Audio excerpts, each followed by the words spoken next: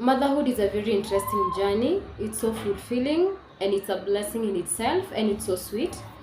But still you realize it has got its own struggles. Now, when you become a mother, your life is no longer about yourself. Your life is centered around these kids that you've given birth to, and the kids are fully dependent on you as their mother. The struggle becomes even harder when you're a mother and at the same time you are a stay-at-home mom. As a stay-at-home mom, you have to work all around the clock, like from 6 to 6 you're working. And the worst thing is that most stay-at-home mom jobs are never recognized, or most people don't appreciate what stay-at-home moms do. And even you realize that these jobs are with a zero compensation. So even if you're working so hard, you as a stay-at-home mom, back in your mind, you know, as much as I'm beating myself up, at the end of it all, I will receive nothing in terms of financial gain at the end of the month. Like other people will be receiving their salaries, they'll be receiving their pay slips. So for you, you know that you're earning not even a single coin from it. This is the life that I'll be sharing, and in today's topic, I'll be answering some of the questions that I've been receiving from my friends, because personally I've been a stay-at-home mom for a couple of years, and I really thank God for the journey. So karibu sana to this channel. This is Grace Jack Space, and this is where we share about family. This is where we talk about all issues pertaining family. So if you're new, karibu sana, and thank you so much for tuning in. Kindly subscribe and stick unto the end as we learn together. And to a brief history of myself, my mom was a stay-at-home mom, and unfortunately at some point her marriage ended and she literally had nothing to fall back on. So growing up, I saw the struggles that she went through as a stay-at-home mom, and now she had to raise the three of us alone, all by herself. And so this tells you there's nowhere in my mind I was planning to become a stay-at-home mom. I used to tell myself I will study hard, I'll get a good job, and I will be a working mom. But anyway, life happens, and this is what we are here to learn more about. I got married in year 2019, and by the time I was getting married, I was working, but the place that I was working, the company that I was attached to, I was literally tired because the hours were very strenuous. There were no holidays for you, and you only had one off day, I think, for the whole week, and that off day could fall into any day. Like maybe your off day is Monday, that means from Tuesday to the following Tuesday you'll be at work, and no holidays for you. And again, the hours were very strenuous because there are times that you had to do, especially for me, the position that I was at, I had to do a straight shift, and that means you have to report early in the morning. For example, if your branch is opening at 7, you have to be there some minutes to 7, and then you have to leave at night, like you're working the whole day. And so I was literally tired, but now I didn't want to resign because I was thinking that my husband to be would think, now because you've got a husband with a good job, you don't want to work. But I knew with such kind of a working environment, it wouldn't work for me. I wouldn't be able to balance marriage and work. When we wedded, I went back to work after our honeymoon, and I worked for only 3 days. The first day I left my husband sleeping. I woke up at 5 and I left him at home, and he came for me at the stage at around 11:30 at night. The second day I came at 12, and then on the third day we had a sit down, and he told me this one now will not work. And that is what I was waiting for. I really wanted it to come from him. And so when he raised it up, I really embraced it, and I just wrote my resignation letter, and that is how my job ended. But coincidentally, after some few months after my resignation, after 2-3 months, the company, the branch that I was working at, got closed down. And that is the year that we all know that COVID happened, and there was a lockdown for all of us. It was so challenging. And that means for the whole of that year, I didn't even think of looking for a job, because actually no employment was happening. And by the grace of God, I conceived immediately after, not immediately, but after a month. So even during that period of COVID, I was pregnant, and now here are issues of pregnancy. You're a first time mom, there are throw ups, there are morning sicknesses. So I didn't think of getting a job at that point, and so we stayed home. At around September of the same year, I gave birth. COVID lockdown was still ongoing. But then what was a major concern for all of us was our safety. So that is how I found myself staying at home. I stayed with my kid. Things normalized a bit. My husband went back to work, but I continued being a stay-at-home mom. I continued nurturing my baby. And so mine was so circumstantial. I didn't plan for it. Things just happened. And I ended up becoming a stay-at-home mom. And to the other question that I normally receive is, how do you manage? And I would say that being a stay-at-home mom requires some good social support from your husband, because it's physically and emotionally draining. And if you don't take care of yourself as a mom, you can even get into depression. You can be a very frustrated woman, you can be a very frustrated mother, and that will even hinder your performance as a mom and even as a wife. So what I would say is that for me, I thank God for a good social support, a very good support from my husband, and always appreciating what I do. But one thing that I learned is, if you give yourself too much work, you can forget yourself. Even getting a cup of coffee, just 5 minutes for yourself, is hard. So one thing that I used, or one tactic that I knew, because initially a day would end without me even eating. You've tried, food is there, but there's no time for you. But when I started having coping strategies, one was like having a to-do list. And I told myself, look, I don't have to do everything in the same day. Even if you do your dishes, even if you do your house, even if you do cleaning the same day, tomorrow you'll be repeating the same chores. So what I decided is, I developed a to-do list for myself, and I knew today if I'm doing clothes, tomorrow I won't be doing my clothes. Today I have to wake up, and then I organize myself such that I wouldn't sleep before doing my dishes.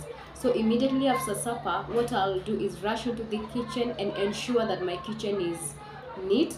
I've done all the dishes. So when I wake up in the morning, it's just preparing breakfast and doing some few dishes here and there, now before the kid wakes up.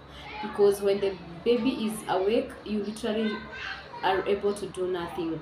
So a to-do list really helped me.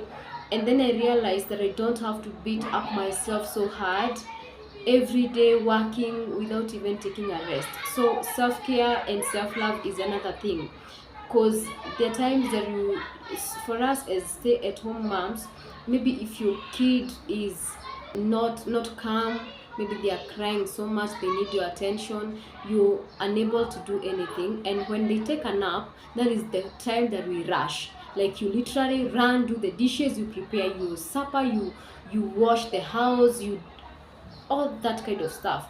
And by the time the baby is waking up, he finds you, or she finds you, a tired mom already, and still the tasks are not yet done. So for me, waking up early was a good strategy for me, that before the baby wakes up, I would have done a few chores. And then when they sleep, or during the day when they take a nap, I would also take a nap at some point, because you need that rest as well. You need that rest as well. You need to relax, you need to eat. develop time. You can even learn how to multitask when you're feeding them. Eat as well. Don't wait until maybe they're done, and that is when now you'll start thinking about you yourself eating, because you may find that the day has ended without you even taking a cup of coffee. So don't neglect yourself. Do some self-love.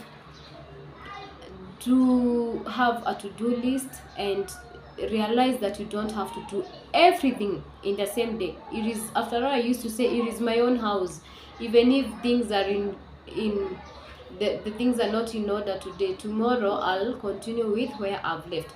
But surprisingly, because I used to get my friends who visit my home, there is no one day they told me that your house is disorganized. Actually, they used to ask me, how do you manage it?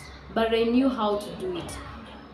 I used to make sure that my house is clean and it's neat without so much beating myself up. Another strategy is celebrate your small victories. Celebrate yourself. Celebrate yourself. If you have some cash for you, treat yourself. Celebrate if maybe a baby has developed a milestone. Celebrate that day. Actually, for me, because at some point in year 2022 we gave birth to another baby, and now I had two, and that was my most hectic time was January 2023 to around June, because around June I got a house help. But for those 6 months it was hectic for me. I would plan myself. I would wake up at 3 a.m. and start doing laundry, because when the baby wakes up, I wouldn't be able to do anything. So I would plan myself and then cook early. If I get time at around lunchtime, I would prepare meal. Like this meal will serve us during the day and will serve us even for supper. I used to do one meal, and that really helped me. So by then, when I had my two babies, the firstborn was 2 years, and then the girl was 3 months. You can imagine how hard it was for me. And I realized, if you plan yourself so well, it won't be at all on you, and you'll be able to accomplish many major tasks. Then another thing, know that you don't have to do everything in the same day. Just plan, do what you're able to do, and even have time with your kids. Take time, play with them. Take time, take a nap at some point. Just grab that cup of coffee and relax, and that really re-energizes you. Another thing is, we've said, is celebrating the small victories. Like when the day is over, just appreciate yourself for what you've done. Yes, you are able to do the dishes, you are able to manage the kids the whole day. It is the small victories, and celebrate and appreciate yourself, and that really gives you energy for tomorrow. Another coping strategy is forgiving yourself. Forgive yourself. If you had planned, I'll do this and I'll accomplish this and this and this day, and you're not able to do so, kindly forgive yourself and give yourself an allowance, and say tomorrow is another day, and start from where you stopped. Continue with your duties, and that really helps you. The last and the toughest question for today is about how I handle finances. And I would say it's not easy. It's always a challenge for everyone. And the fact that you're a stay-at-home mom, it means that you have to be fully dependent on your husband, literally on everything. Even the simplest of the simplest, shopping the cheapest of the cheapest, including a matchbox. You have to ask for money from your husband. And sometimes, especially if you are an independent lady, if you used to earn your money and now you've turned out to be a stay-at-home mom, it can be hard. Like, you asking for money and you are used to having your own money, doing your own plans, doing your own budgeting, and so the transition is not easy. But one thing that I learned and has really helped me is contentment. I thank God because my husband is very supportive, and he's blessed because he has ever had a stable job, and that has made our meeting bills very easy.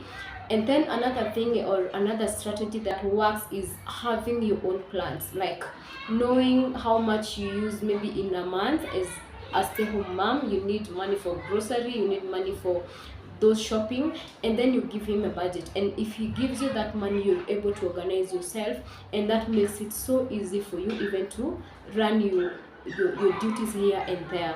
And then if you have an appreciative husband, he will know that you need your hair done, you will need some upkeep money here and there. And for me, that hasn't been a struggle. He has been very supportive. But to the moms that maybe their husbands are not financially stable, or maybe they are not supportive, I know it's never an easy task for them. It's hard. And so, having said that, I would urge even husbands that if your wife is a stay-at-home mom and you're able to support her, kindly support her with her hair making, buy some dresses for her, and that really makes it easy for the stay-home mom. But I know this is a very diverse topic, and I'll do another video about finances as a stay-home mom, because there are a lot of other things that really happens. And just as I told you, even me myself, it reaches a time and I feel like, wow, as much as he's very willing to support, nimeitisha sana. Do you know, there's that you are a grown up, you're a mature person, and there's that time that you feel ni kama nimeitisha sana. It's not from him, it's from me. My heart feels like it's like I've asked too much from him. So we will dive more into that and show you how I've been maneuvering here and there, being able to save you money here and there, like you're able to do some stuff for yourself, and even some activities that you can engage in that will really help you to even earn a coin. As much as you're a stay-home mom, like you won't be that broke. At least tutakuwa na tupesa shilingi tutakucheza nato hapa pale. Yeah, so another thing that I would want to talk about is about the stereotypes. We as stay-home moms, we face a lot of stereotypes. One, there is a stereotype that we are lazy. Actually, we are not lazy. We do a lot of work. Housewives or stay-at-home moms do a lot of work, and it's only that it's not payable. If it was being paid, there's a time my husband told me that he would be paying me like a nanny. If we are supposed to pay our nanny 8k, that should be, but it didn't happen. I think he paid me once and then ikapotelea hivyo. So just appreciate, if you're a man and you're able to support your wife, just appreciate them. By the end of the month, maybe you can chip in something to them, because the stereotype that we are lazy, we are not lazy, and a lot happens. Utasikia hata mtu akikuuliza like, how do you stay in the house the whole day? My friend, when you try staying in the house, it won't be easy for you. Like literally your life is it's not your life.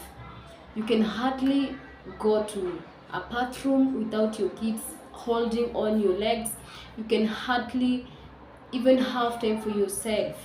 You have to know how to balance everything. It's not easy. So we are not lazy, we are not foolish, we are not dada heads. For me, I have a degree. Do you know there's that stereotype, stay-at-home moms ni wale hawajasoma. Most of us are learned. Yes, and most of us, it's just circumstances, and I will share more like what has made me to be a stay-at-home mom for all those years. And if maybe there's a time that I maybe took a break, or maybe got a job and left my kids behind, and what were the repercussions, and why I again came back to being a stay-at-home mom, because currently I'm a stay-at-home mom with my 2 lovely babies. So just to touch on this, there's some advantages that I've learned. One advantage is the attachment that you get with your baby. Oh my god, this is something that is so heavenly. Like the attachment, you watch them, you watch every milestone. You know, sometimes when you're a working mom, you come and realize, hiya, my baby is now walking. you left them crawling, and then when you come in the evening, they are meeting you at the door, and it's a surprise for you. So for us as stay-at-home moms, we have that car attachment, and then you get to enjoy every milestone as your baby is growing. You enjoy every milestone. Now they can, their hands, now their hands are not wobbly. Now they can smile, now they can say ma, now they can say da, and you get to know, it's so fulfilling and such a sweet feeling. So that is attachment. Another thing, there is no safe place for your baby. Like the safest place for a baby is their mom. It's their safest space, and when you're around them, you notice that they are able to even express themselves. I don't know whether you've ever realized, mostly for the working moms, because at some point I was a working mom, maybe for some few months, and I don't know whether you realized, like when you're away, your baby is so calm, very calm. And then when you get home, they start throwing tantrums and everything. You know why? It is how they express themselves, and they feel safer to express themselves when they are near you than anybody else. And so you find, maybe when you've been away, you've been an absent mom, your baby self-confidence, self-esteem may be affected so much. And kindly working moms, when you come home, give your baby time, just sacrifice. I know it's not easy, I've been there, and it wasn't easy for me. For the few months that I worked, it wasn't easy, but try as much as possible. Come hug them, come just try to play with them a bit, and allow them express themselves. They will cry when you get home. They will want you to hold them. They will want you to stay holding them. They will throw tantrums when you're around them. And I usually say, no one can understand your baby more than you can do. Hakuna mtu ataelewa mtoto wako more than you can do. So just try to strike a balance. And another advantage is the bond becomes stronger and stronger. Like your kid can easily express themselves when you are there, rather than I know it can be hurting when you, like for the time that I worked, I couldn't even understand my youngest daughter language.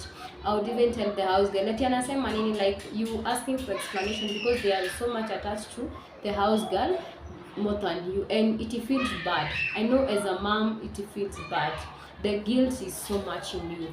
Then the other point, you're assured of your child's safety. I know if you're working, you keep on calling. If you have CCTV cameras, every now and then you're peeping on the cameras to see if your baby is okay. So when you're a stay-at-home mom, you're sticking around your kids, and you're very much assured of their safety. You know how they are, and even you're able to instill the discipline that you want in them. You're able to help them learn. Maybe if it's watching, you're able to sort that out. You're able to take control over your kid. But still, the disadvantages, we talked about the stereotyping, that we are lazy, that we do nothing. You can imagine having working and worked the whole day, and then mtu anakuja na kuuliza, maybe it's something that you haven't done. And these ones happened even to me. Like your husband finds you haven't cooked, and he asks, kwani umeshida mkifanya nini? And literally your back is aching. You've worked, the baby maybe cried, didn't even give you time, and you feel like you can even join them and cry. So the stigma that we are not working, we are lazy, the stigma that we do nothing at home, we really do a lot. And then another challenge is about the finances. Of course, we need money, we need to grow, we need those investments. But here we are. All in all, we thank God for everything. I believe that we've learned something. If you've learned something today, kindly drop your sweet comments in the comment section below. Tell me what you've learned, and maybe the other topic that you would want us to discuss next time. And so if you're a stay-at-home mom, feel appreciated by Grace Jack, and just know that we are at the heart of our families, and the efforts that we make really means a lot, and they're the one that creates a warm and nurturing environment for everyone to thrive, your husband and your kids. And For husbands that your wives are stay-at-home moms, kindly encourage them and appreciate them every time. I remember there's a time I really wanted to look for a job because I felt like I've long stayed at home, and my husband was telling me, do you know the peace that I get at work? It is because I'm less assured that my kids are in safest hands of their mom, and that was the sweetest thing that I ever heard from him. Like, he really appreciates, and husbands know the work that your wife does at home nurturing your kids, there is no one that can fill that space. So let's appreciate all stay-at-home moms. Let's remove the stigma. Let's know that they really work so hard to ensure that everybody in the family is happy. So thank you so much for clicking onto this video. Kindly let me know if you've learned something, and we shall continue diving more into these topics. Thank you so much for subscribing. Thank you for your support, and continue subscribing and sharing with as many people as possible. Turn on the notification bell because I'm dropping a new one soon and very soon, and I don't want you to be left behind by this topic. So kindly turn on the notification bell, and thank you so much, and until the next one, shalom, shalom.